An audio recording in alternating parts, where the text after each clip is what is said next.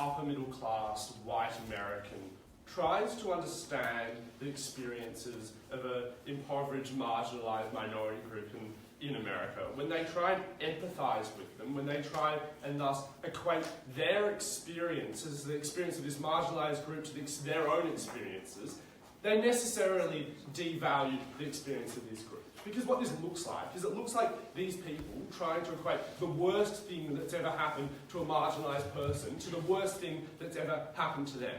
We would much prefer a world in which we saw people being sympathetic. We saw people recognising and understanding, recognising that something is bad, but recognising also that they cannot actually understand the experience of this individual. We think when you do this, you're more likely to have better outcomes, you're more likely for them to be able to rationalise and respond in a way that's logical, and this is something we would like to see. I'll do 4 things in this speech. Firstly, I'll do some setup looking at the world and the world in which we want to see. Secondly, I'll tell you why empathy is necessarily something that's very difficult to feel, and why the narrative that it's something we should and can feel is very harmful. Then I'll be talking about harms in individuals, and finally how it leads to worse state decisions. So, in the world we live in today, we think, firstly, something is, empathy is very, very difficult to feel. Understanding the plight of someone and walk in their shoes is virtually impossible in many cases unless you have the same experience. It's impossible for anyone who is not a refugee to fully understand the experiences of someone who is a refugee. And we do feel sure, in some cases you can feel empathy and you can understand the experience of someone losing something, for example, but we think when it's most important and when it's things you most need to care about, individuals are actually unable to do so. But also we think the narrative is that you really should strive for empathy and not sympathy. We think in society there is a privilege of empathy here, and people think that empathy is good because it necessitates that you're understanding the feelings of them, and this is a high feeling of sympathy, which implies that you do not understand them in a paternalistic way as perceived. We think the alternative, the world we would like to see, is a world in which you have sympathy, and we see sympathy as sort of understanding what's happened and understanding that what's happening to them is bad, but not actually thinking you do understand the experience of this individual, not actually thinking you can quantify and qualify what it's like to be a refugee when you are not a refugee. First point, substantive, why empathy is necessarily something that's very difficult to feel, and then why the narrative is really harmful. So firstly, very rarely when we look at crises, as I told you, can you ever actually feel empathy. But the important thing is that people do try to feel empathy, right? So you don't recognise you can't actually understand the experience of these people. What you instead do is you actually try and search for empathy, but instead fail. So you have a false consciousness where you believe you do feel this empathy. And we think this is very much true. And what it looks like is people trying to sort of base things, as I told you in my introduction, based on what's happening to them. So when I try and quantify pain, the pain of another person, trying to equate that to the worst pain I've ever felt. What does this do? So we think there's a number of really harmful things that comes here. Firstly, we'll tell you, it's not particularly helpful to devalue the experiences, or to people's experiences to the point at which literally anyone can understand it. It's not valuable to devalue the experiences of a refugee to the point where anyone can empathise and understand what's actually happened to them and believe they can. Because, as I told you, it's actually impossible to do this. We think it's demeaning. What we think this looks like, it looks like when men say, equate giving birth to getting kicked in the balls. We think that this is the sort of thing we see with empathy, and we think it does devalue the experiences here, and it leads to bad outcomes. But secondly, we think you plan responses based on your experiences. So, you're less likely to listen to how that individual has actually been harmed and act appropriately when you base your reaction on what they think and what it feels like. We think you're generally biased in your experiences. When you bring it back to you, you're more likely to bring it back to you and rationalise in a different way. So we would like to see a world in which we do prefer, a world in which people are sympathetic and provide a rational approach where someone understands that someone has felt pain and understands there's been a negative outcome but concedes they cannot understand and then no longer has that visceral reaction to it because they would now more likely to go and talk to this individual and actually work out their harms. So what are the harms to individuals here? So firstly, when you try to be empathetic, you generally do two things. Firstly, I've told you invalidate their experiences, but secondly, it leads to some really terrible decisions, right?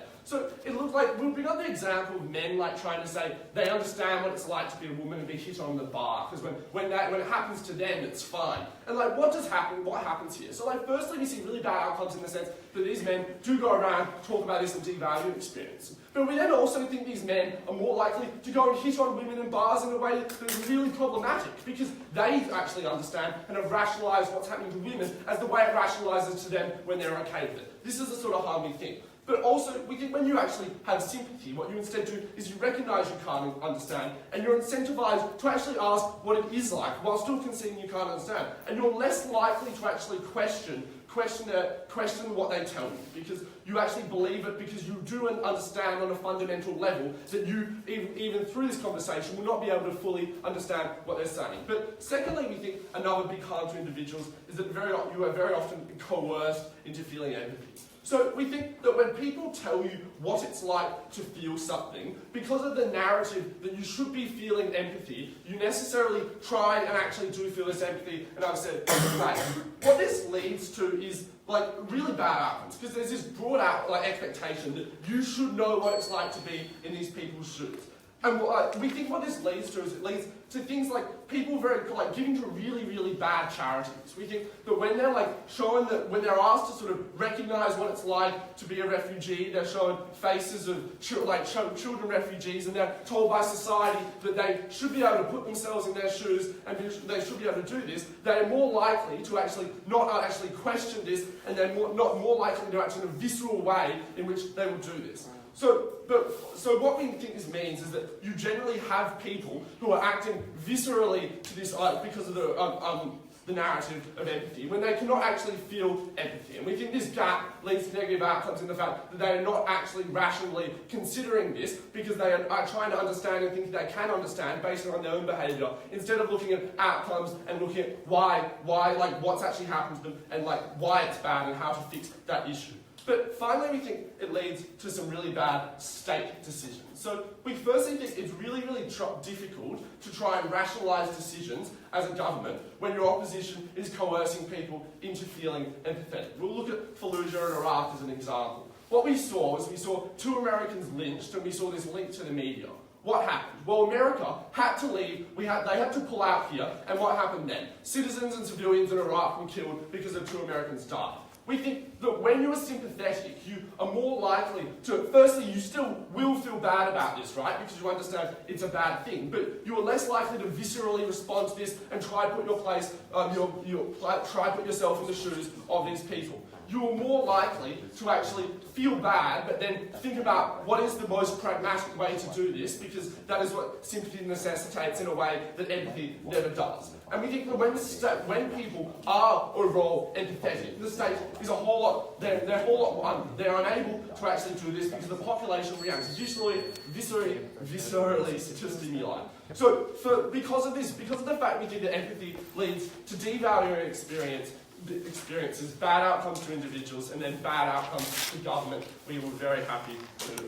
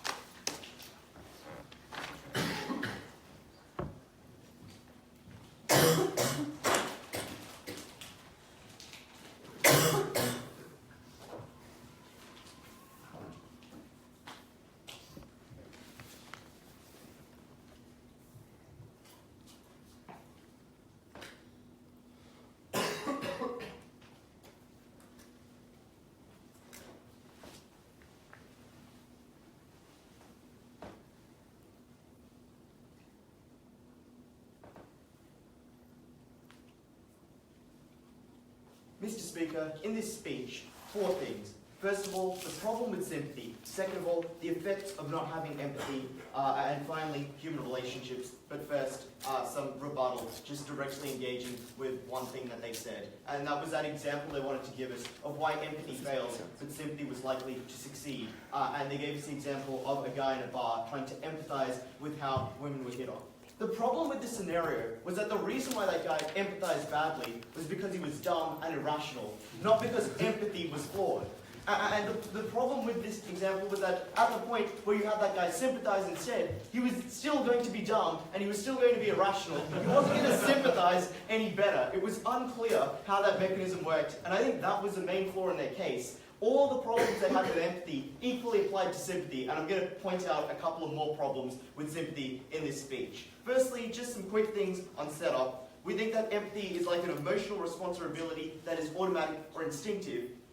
We also think that emotions are likely to still exist on both sides of the house, and that interest and personal interest is likely to exist to a very big extent on both sides of the house. This debate is whether or not that automatic reflex of empathy is useful or not. So first point on sympathy and why it doesn't work in the way they wanted to tell us. The first thing to say here is that it's just very hard to be sympathetic in a way that empathy is not. Empathy was automatic. Sympathy is a process you have to engage with. What did that mean? That meant that you were less likely to do it because it didn't happen automatically. You had to put some effort in. But secondly, it meant that it was fundamentally an approximation, where empathy was an instinctive response you felt. Sympathy was something that you had to do actively. You had to look at that person and see, can I think of a similar experience I've had, and then try and match them up. What that meant was there was likely to be an inauthentic matchup, in that you were likely not able to come up with a particularly similar experience. And so all their harms about you empathizing incorrectly will likely be magnified when you tried to sympathize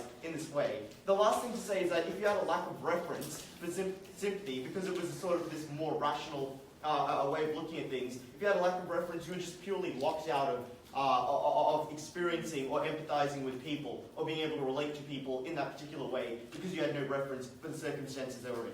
And I think the good analogy to represent this point is just the fact that if I were to describe someone being tortured, everyone in this room probably has not been tortured, but would probably instinctively react in a negative way and understand the horror of what has occurred. But they have never been tortured, they can't sympathize with it, it's never happened to them, yet they still understand empathetically why that is bad, why it should be avoided. That was the benefit we gained with empathy that they could never get with sympathy.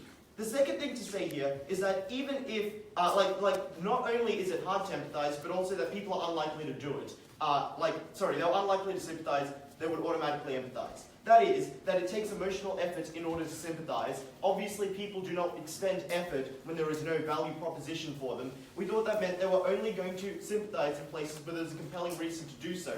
We thought that would be far rarer than every circumstance where you automatically empathize. That was a harm. But also, we thought that it was fundamentally painful to sympathize with negative experiences, because obviously you have to then search through your mind and relive a particularly painful experience you've already gone through. That meant people were quite unlikely to do that. They were likely to only sympathize with positive experiences, but not with negative experiences. That was going to warp their perceptions of the world. On our side, you empathized with everything. It wasn't something you had a choice over. Therefore, you had a much clearer conception of the world.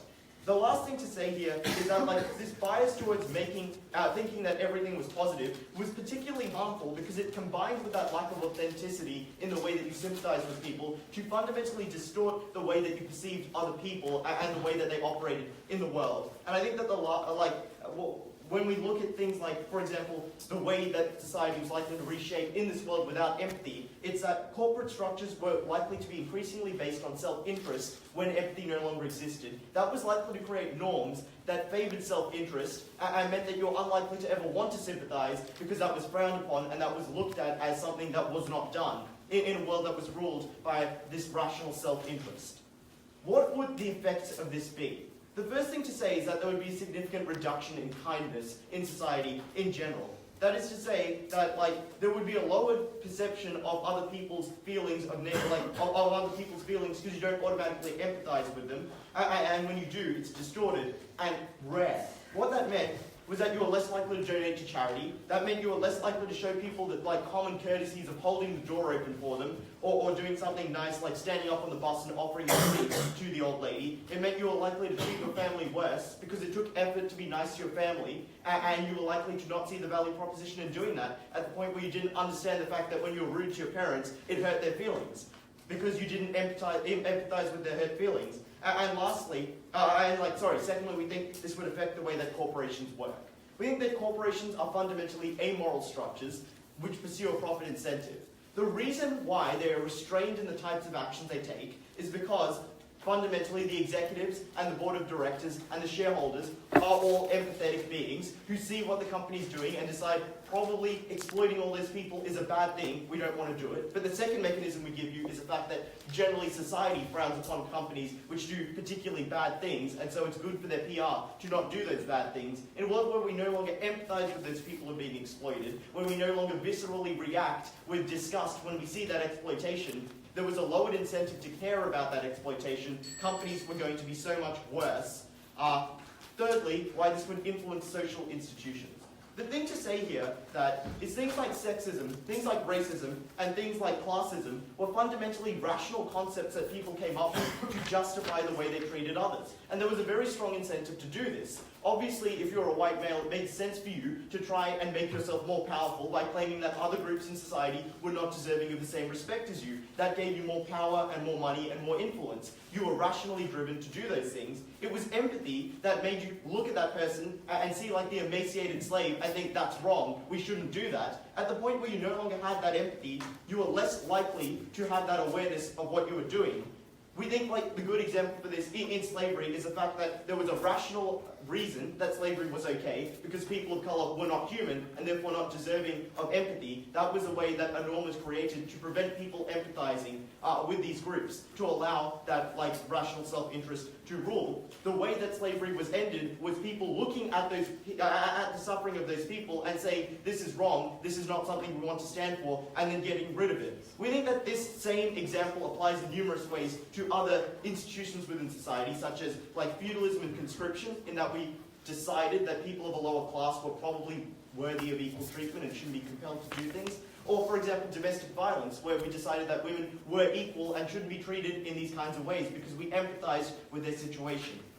The last thing to talk about then is how this would affect human relationships. And we think that the problem here is that like it is intrinsic to biology that people like to be listened to and they like to feel like others understand and empathize with what they are saying. At the point where this no longer occurs, because at best, on their side, you have to sympathize with them, you have to actively do that process, you have to think it through, and it's inauthentic, and it takes more time, it's not that instinctual reaction, people are likely to feel less close to each other, people are likely to feel less happy and more anxious, and we think that just fundamentally, people are going to feel less connected in society and more alienated. That was a significant harm. For that reason, we were so proud to negate.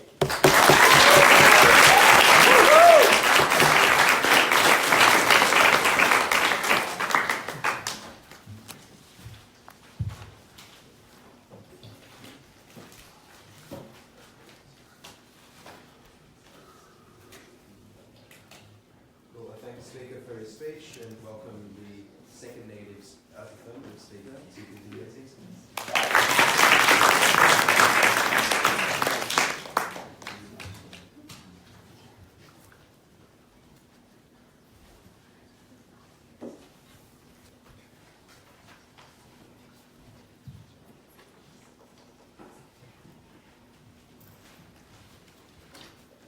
What we never heard a response to from the opposition was how hard it was to feel empathy, right? How hard it is to actually take somebody else's experience and put it in your terms, and how this warps your own perception of how that other person feels. We never got a response for how impossible it is to actually feel accurate empathy in our society, and how actually having this empathy and this expectation that in order to be a good person you have to empathize with somebody could inherently be achieved. 3 questions in today's debate. Firstly, what are the benefits on sympathy versus empathy? Secondly, what were the outcomes in this case? And thirdly, why feeling empathy in a coercive manner is inherently bad? Firstly, on sympathy versus empathy. The opposition came out and told you that the reason the man in the bar was hitting on the woman was because they were dumb and stupid and like empathy wouldn't work in that case, right? Well, we tell you that lots of people are dumb and stupid. Like, I'm not going to sit here and lie to you and say that everybody is a perfectly rational being, right? But when you take empathy, when you take that expectation that every experience can be rationalized internally, and you can put it within your own frames of reference, you get really harmful outcomes, right? So the opposition then told you that this was that in order to have sympathy, this was a conscious experience. We tell you that sympathy is pretty, like, instant, right? I can go to somebody's funeral, and my dad may not have died, but I can still feel pretty sorry for them without having to kind of go, oh, I have to imagine what my dad is, like, dying, right? That's not something we have heard. But we already told you, down the bench, that empathy is inherently hard to achieve, right? You have to take what you know. You have to take the worst pain you know. You have to take the best thing you know, and put that other person's experience within your own frames of reference. We never heard a response to this, and this is why we thought that, like, even if it was conscious, we always thought sympathy was going to be better. But secondly, we heard that empathy is, like, mostly positive. We don't think that this is inherently true, right? We don't think empathy makes you more emotive to the person. We don't think it makes you relate better to that experience. As we told you at Xavier, what it does is it puts yourself in the position of the person, and inherently you are always going to prioritize yourself. When a man says, oh, I've been kicked in the balls, I can understand what the pain of childbirth is, that man is trying to empathize and put that woman's pain within its own sphere of reference. That is the empathy the opposition today wanted to bring to you and tell you there were all these benefits about, right? So secondly, what are actually the outcomes? So firstly, understandably, we hope that emotions still exist in, like, both sides of the world, right? Just because you stop gaining the ability to feel empathy in our world doesn't mean you don't have emotions, right? So you're probably still inherently going to care if you're, like, insult your parents. You're going to feel bad about that afterwards. You're certainly still going to care if, like, slaves exist. That's a pretty understandable thing, right? But in our world, you didn't get gut decisions made on a very visceral fear. We tell you when that 9/11 happened, right? People were, like, so caught up in trying to feel empathy. They were so caught up in your own rational, visceral fear of what it was like to, like, be bombed and be terrorized that they randomly, like, grasped onto this fear and launched it into really terrible policies. We told you at Xavier that these state policies are inherently harmful and hurtful to people, and when you have these policies based on fear, you are never going to get a better outcome, right? But secondly, if empathy is so automatic as the opposition tried to explain, the opposition tried to tell you that sympathy, that rational thought was what caused people to enslave people, to cause things like slavery and, like, assimilation policies for Aboriginal Australians, right? We tell you that empathy is as automatic and as easy as the opposition wanted to tell you it was, then slavery would have never existed in the first place, because under the opposition's world, theoretically, you are meant to feel empathy before you have a rational thought, right? So if empathy was such a powerful force in preventing these problematic outcomes, we always thought that these situations had never existed, and therefore this argument was never persuasive. But finally, I'm going to rehash what they never responded to and tell you why feeling empathy is so coercive, right? Empathy puts you on a moral high ground. Empathy is held really highly in our society right now, and we really regret that, right? Because it is inherently impossible to achieve. But because it is held on this such high moral high ground, right, we don't want to be bad people, and we place this expectation on ourselves that we have to feel empathy. And there's this false sense of entitlement that we empathize with this person initially, and therefore we understand what everyone is going through. But realistically, we don't, right? We only put it within our own personal frames of reference. And when we don't have those personal frames of reference, right, what do? We turn to the most easily available narrative, right? This allows people to manipulate their innate sense of, like, the innate expectation that you should feel empathy. As Zach told you, when terrible charities tell you that you should empathize with, like, these poor starving children or these poor flooded villages in Haitian, right? They are selling you the narrative of what you are expected to feel and what you are expected to do, and this can lead to really problematic outcomes. People utilize the expectation that you should be able to rationalize everything within your own frames of reference, and that when you can't, this is exactly what you should do. And this inherently leads to you making really, really bad decisions, right? So finally, onto my substantive. How this reinforces class behaviors and prejudice. As I've already explained to you, empathy is based on a visceral reaction, right?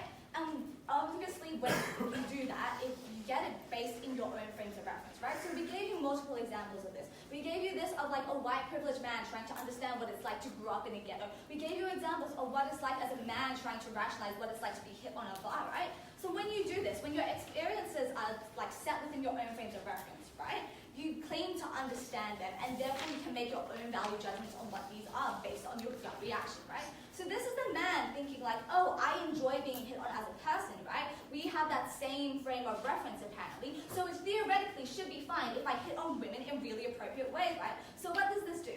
We told you at Xavier that this invalidates people's personal experiences, right? But secondly, we're going to tell you that this reinforces those really harmful behaviors of like class behaviors and prejudice. When you don't actually acknowledge a person's behaviors in their own experience, when you don't value their own judgment and their like experience of things in your without taking into account how you feel about it, you're better able to understand them in a way, right? This means a white privileged person is not looking at a poor person and thinking, oh, well, I've had barriers in my life, right, but I've been able to overcome them with hard work, and not ever understanding the kind of structural institutions that are in place preventing that person from going to a good college or getting a good job. This is things like women and like men coming together in a discussion and being able to understand like, hey, I might not understand what it's like to be like very aggressively hit on in a bar, but I value what you feel. I value that initial sadness. When I consciously take the time and go to you and actually value what you feel as an inherent feeling that has value of itself without putting it within my own frame of reference, that's when you actually get good policy. That's when you start breaking down structural barriers. That's when you actually start breaking down things like the institution of slavery that the opposition wanted to point out as being this outcome of rational choice, right? We were never willing to buy what the opposition was standing for on this side of the house. We never bought the fact that empathy was somehow automatic or a gut instinct, or that somehow putting it within your own frames of reference was inherently bad. We never bought, and we never heard a response to from the opposition that somehow empathy was more automatic or going to produce better outcomes than sympathy was. In our world, you got more rational decisions, you got a better understanding of people, you didn't devalue people's personal experiences, and you got better policies for the law. For those reasons, I am proud to propose.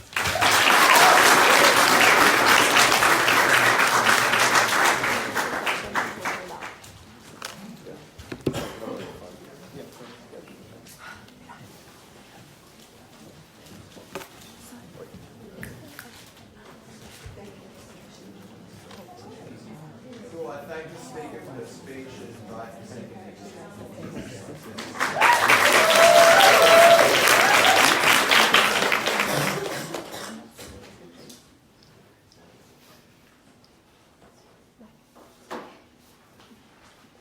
We good to begin?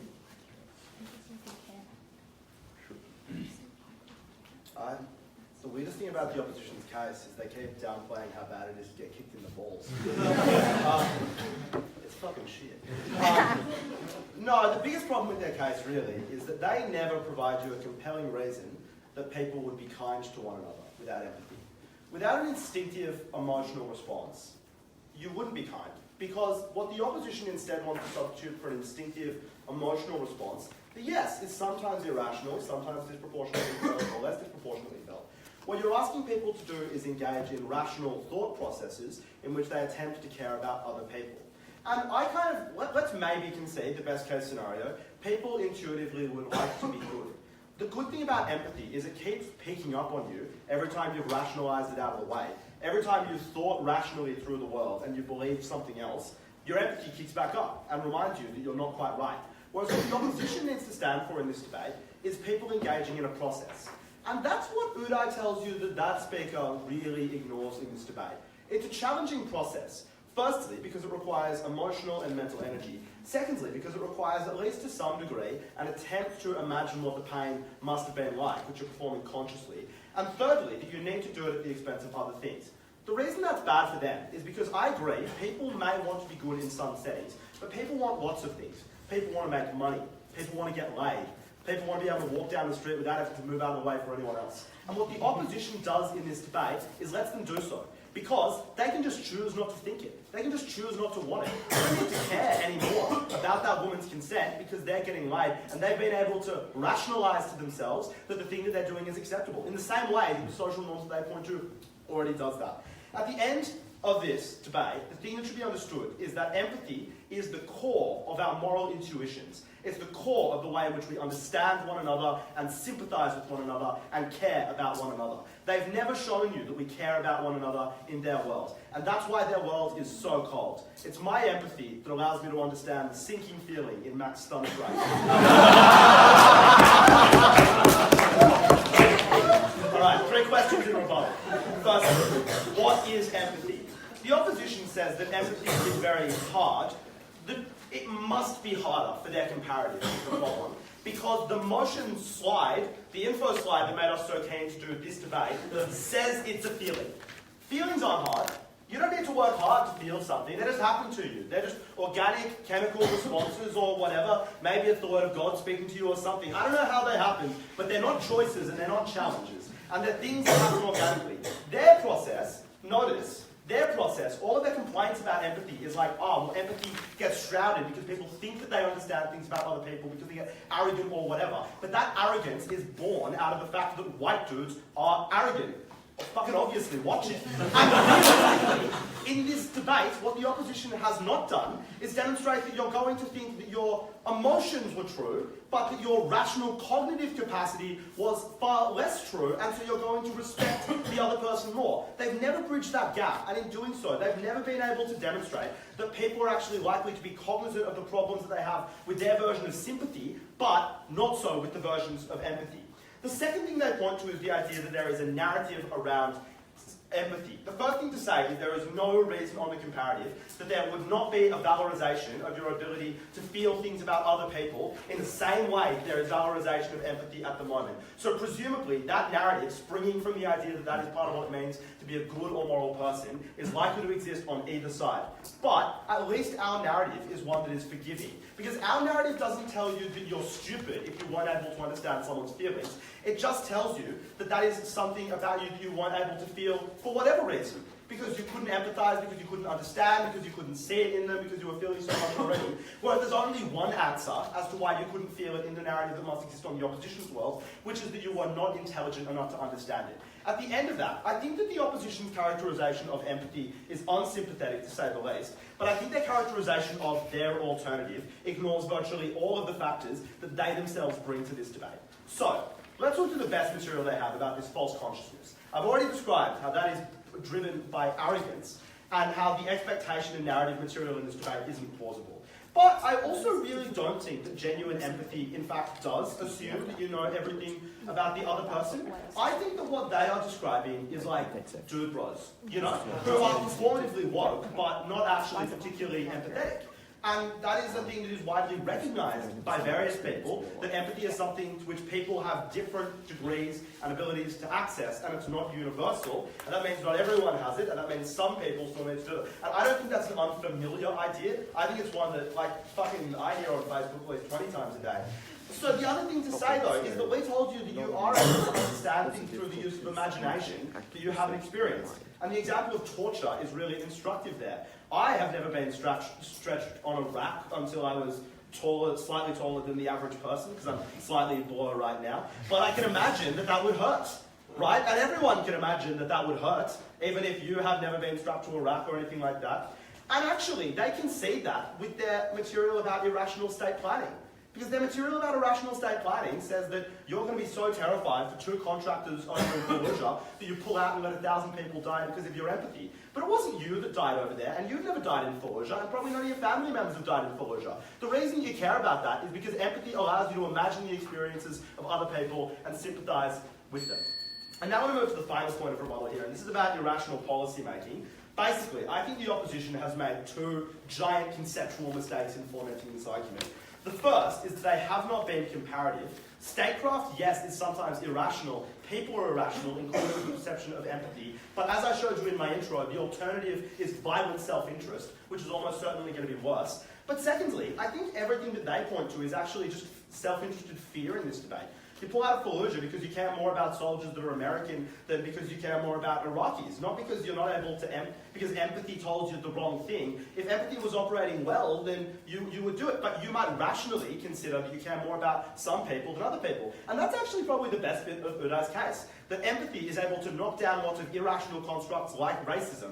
Because it's easy to read some pseudoscience about cranial sizes and believe that we should care less about black people. Or it's easy to be raised in a household that owned slaves and rationally believe that those are people that don't deserve empathy. But very, very difficult to look at the welts on a slave's back and still think it's okay, no matter what you learn. And I think that's why so many white people who are still very racist were partially willing to die for that. My argument in substantive is going to be about art, so it's inherently a bit bullshit. But the basic thing to say here is that art, the way that we understand it at the moment, and I think in the way that it must be of moral value, is exclusively contingent on empathy. Because what art attempts to make you do is make you feel things when you see something, when you see an image, when you hear a noise, and make you feel in relation to another person. Make you feel the things the composer was thinking when they wrote that piece. Make you feel what the fictional character that you attempted to generate was feeling in that circumstance. Art is contingent upon the ability to make us feel things, make us feel genuine emotions through the use of images, through the use of our sensory capacities. And you can't have that. You can't have any of the art that changes the way that our lives run and changes the way that our societies operate unless we're capable of empathizing with those fictional portrayals. You couldn't have any of the things that we enjoy so much fictionally, any of the music or movies without this. Empathy is incredibly important to the way that we live. It's one of the reasons that we're so good to one another sometimes. That's why we support it.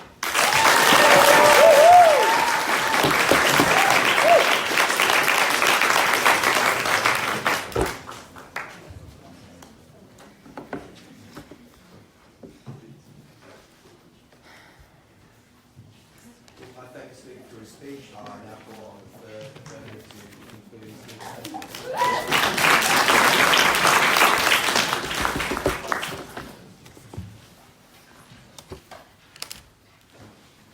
At the point at which I was told by my mother that I wasn't empathetic enough because I was only showing sympathy, I think that at that point I probably did not try to make necessarily decisions and think about what other people were going through.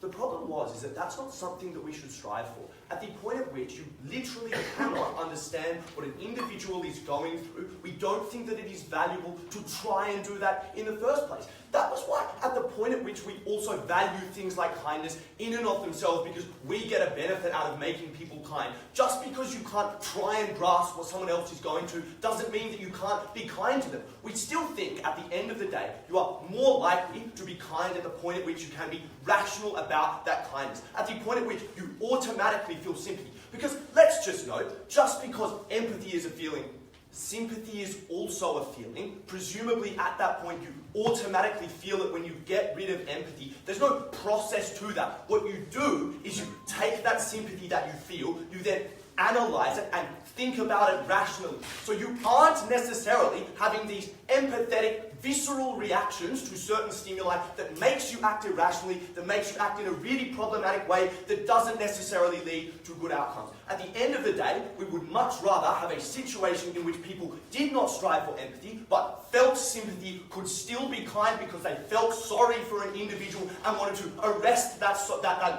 badness or the plight that had happened to them. You can still do that on our side of the house when you have sympathy. Just because you don't know what it feels like to walk for 40 miles a day to get water doesn't mean that you can feel sorry that that is happening in and of itself and then want to change that and want to do things in order to change that. That doesn't require empathy. That requires you feeling sorry for what that individual is going through, not necessarily having to understand what is happening there. That is the difference that we see in this debate. I'm going to do three things. Firstly, why you're more likely to devalue experiences when you have things like empathy. Secondly, why you can sympathetically respond to people in really good ways and why empathy makes that worse. And then thirdly, about why empathy actually is worse for social structures and state decision. So, why you're more likely to devalue empathy.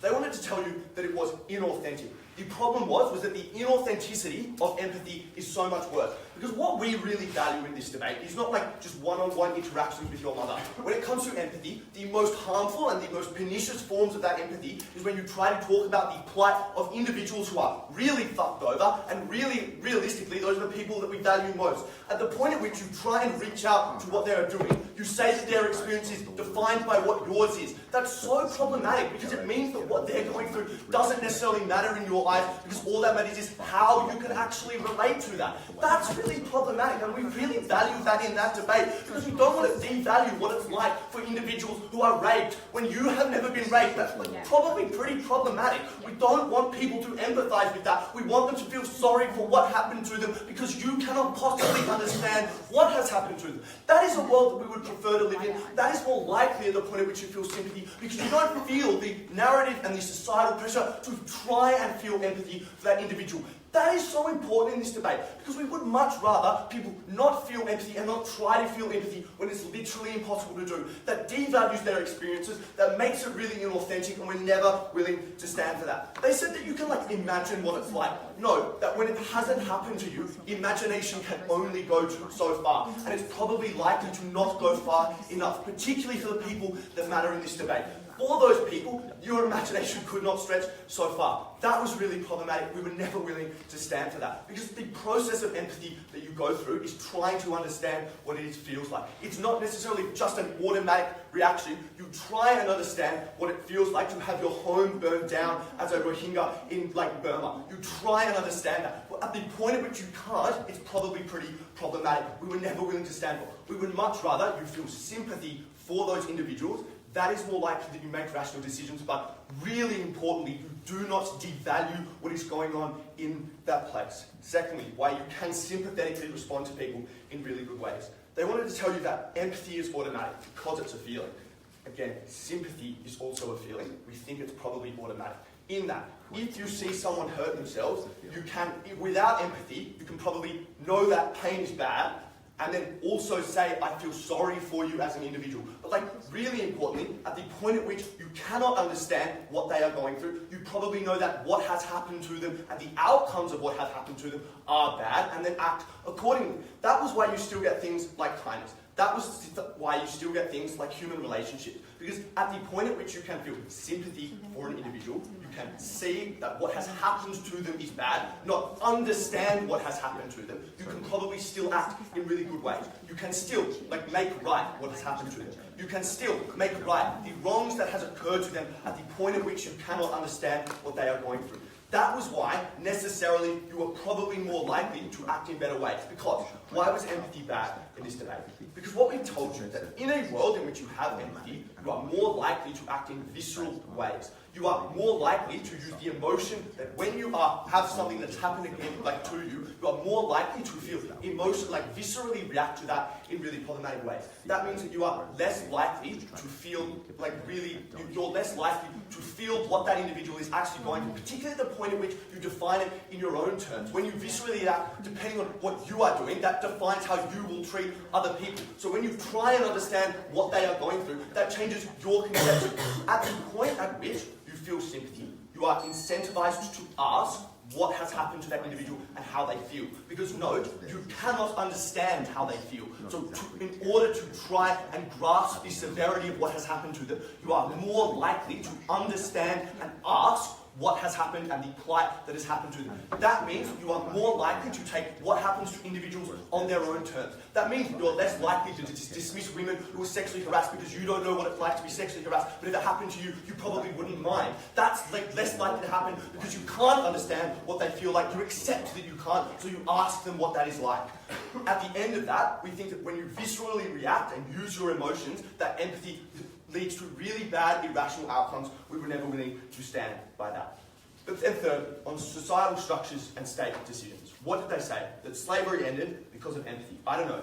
I still think you could feel sorry when you looked at the welts on a slave's back and say, I don't know what that feels like. I don't know what it's like to not have any value as a human being because that's what society thought of you, but probably those welts aren't a very good thing. The outcome of that is bad. That is sympathy in that debate. At that point, you can probably still recognise that that sympathy is a bad, that you probably need to right that wrong and do things as a result of that. You don't need to have a false sense of empathy that devalues the experiences that those people go through. That is the most important thing in this debate. But we also told you that irrational decision making is always more likely to happen on the state's behalf because you viscerally react to emotional stimuli that happen to you, which means that you are less likely and probably more likely to reach out to people that are most like you. That's why if you're a white person and you see another white person get hurt, you're more likely to value that white person getting hurt than a person of colour getting hurt, because you know what it's like to experience that. You don't know what it's like to experience what a person of colour is going through.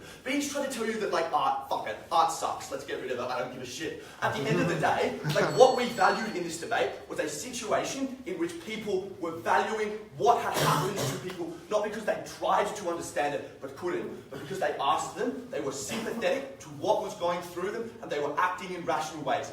That was the best way to get outcome for people we were so proud to propose.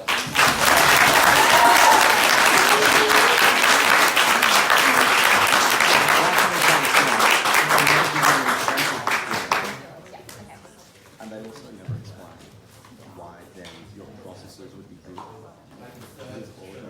Speech and now Like people having self-confidence, you know. Yes.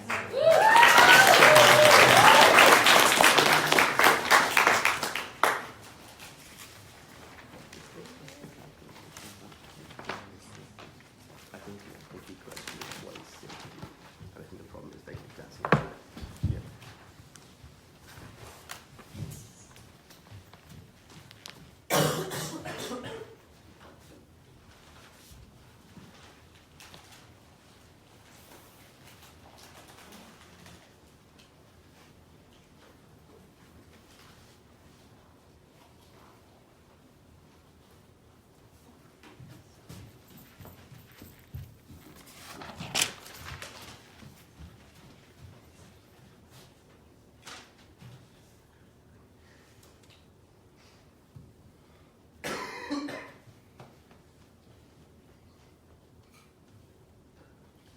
I think the funniest thing in this debate it's not as funny as Beach's intro. It's not funny at all, actually.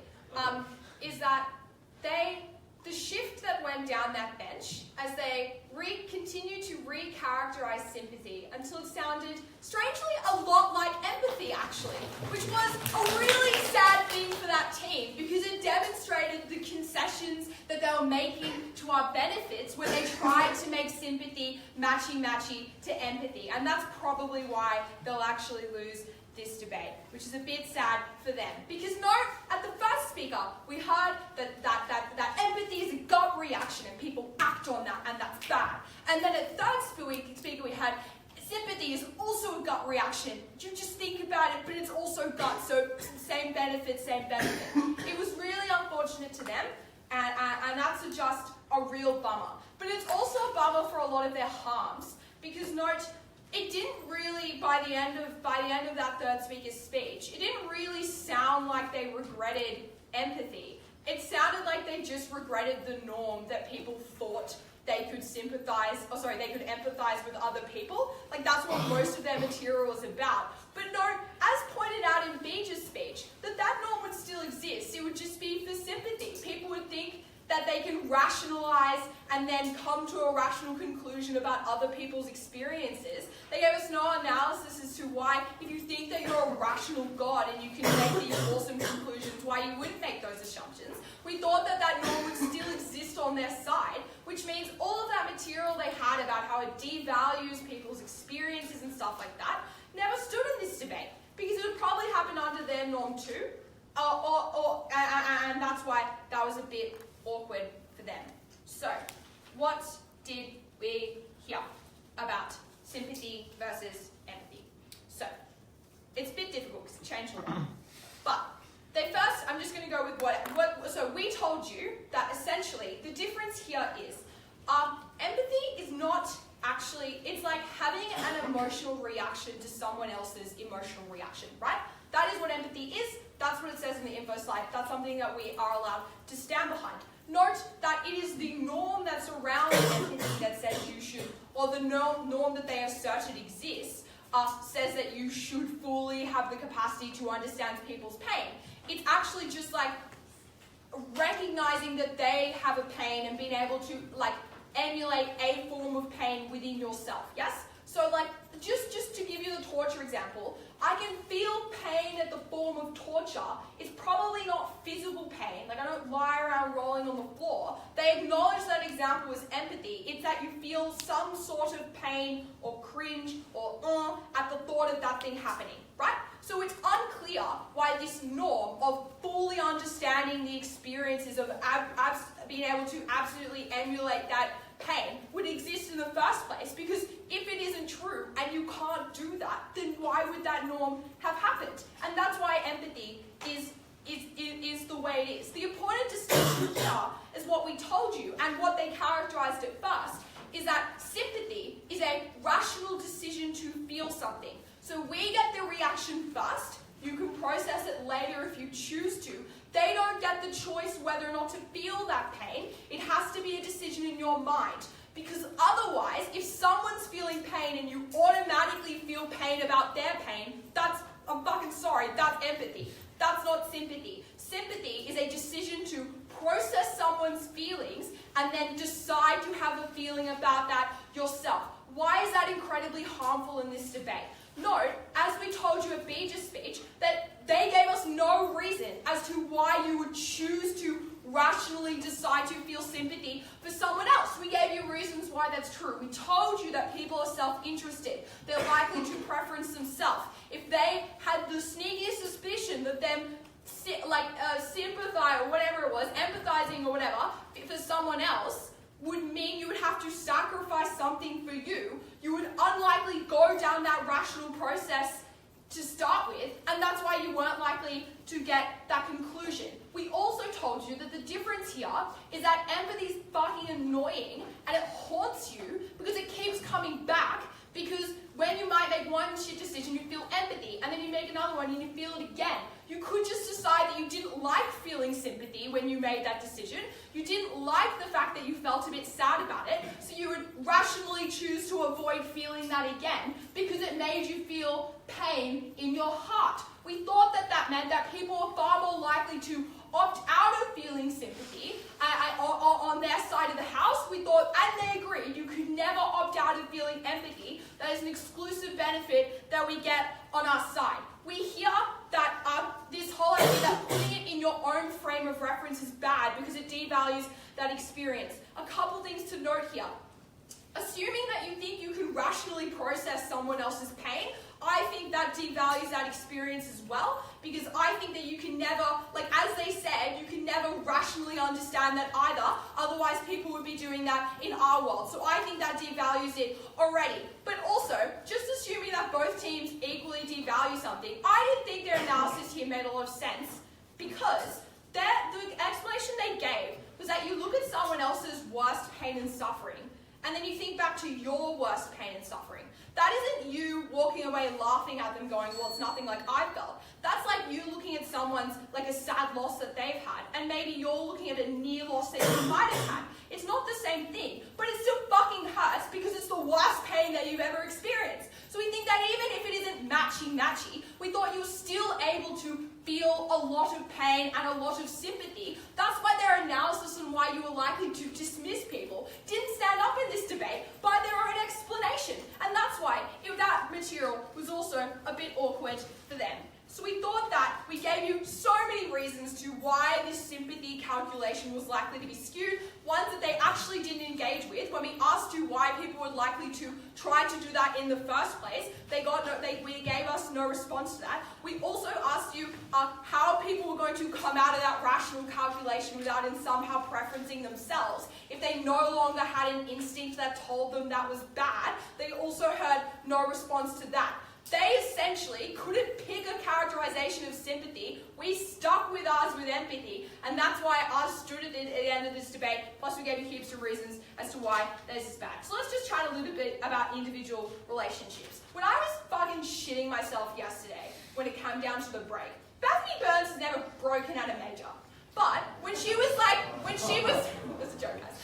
When she was holding me, when I was literally shaking, and she was saying, it's going to be okay, I knew that she'd never been through what I was going through. She'd never been through that exact experience. But the fact that she understood that I was scared, and the fact that I could see that in her eyes, and that was a gut reaction, that wasn't something she had to decide she had to care about. I knew that she genuinely felt that emotion. That experience was more meaningful to me, and it's more meaningful to all the people that have that connection. Because when you tell someone's sad to you, they look at you with that blank look in their eyes for 10 seconds before they decide to rationally give a shit. I think that hurts a lot more than when you tell someone you feel sad and pain, and they look at you and they have pain in their eyes, and just because this is an emotional response, seeing that emotion on someone else's face is far more beautiful than rationality.